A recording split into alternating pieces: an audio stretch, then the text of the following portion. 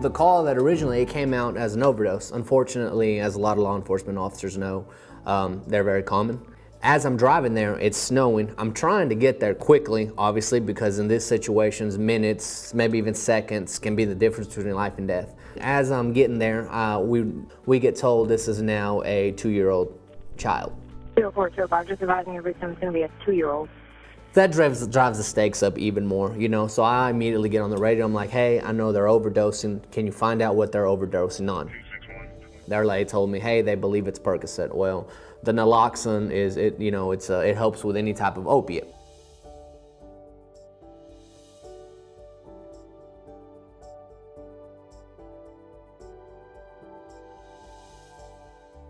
My phone rang late at night.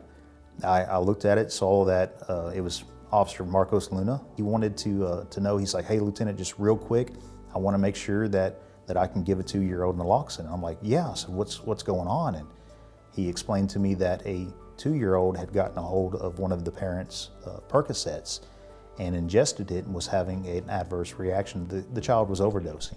202, you do have lighting in right, correct? Affirmative.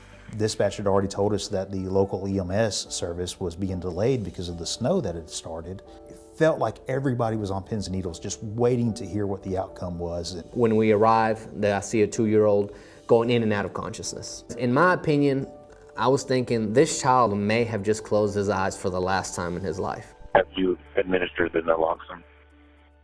10-4, I have. I hit him with the naloxone. 20, 30 seconds later, that child was back like that. Be advised, he's coming too. It was just relief, and you could feel the tension just lifting. Toddler came too, and he's being transferred to Wadley by license. One of the biggest mistakes that people make with medication is just forgetfulness. It's taking your medication and leaving the bottle out somewhere where a child can get to it. You have to make sure that medication is removed from the access of little hands that think everything's candy. I do think it's extremely, extremely important that we have more programs such as the Arkansas Take Back program. We have people that are getting addicted to painkillers, and at the most you have innocent people getting hurt. Well, this is a prime example of that. Just a normal painkiller that was prescribed looked like candy to a child, and he ate it. Kids are going to be curious. Teenagers are going to be curious. They're going to find the old unused medication that you should have disposed of.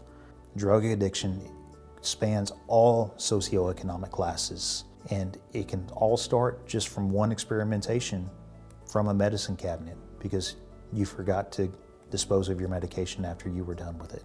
If you don't do it now, you're going to forget again, and it's going to be there later for someone to misuse, whether accidentally or intentionally.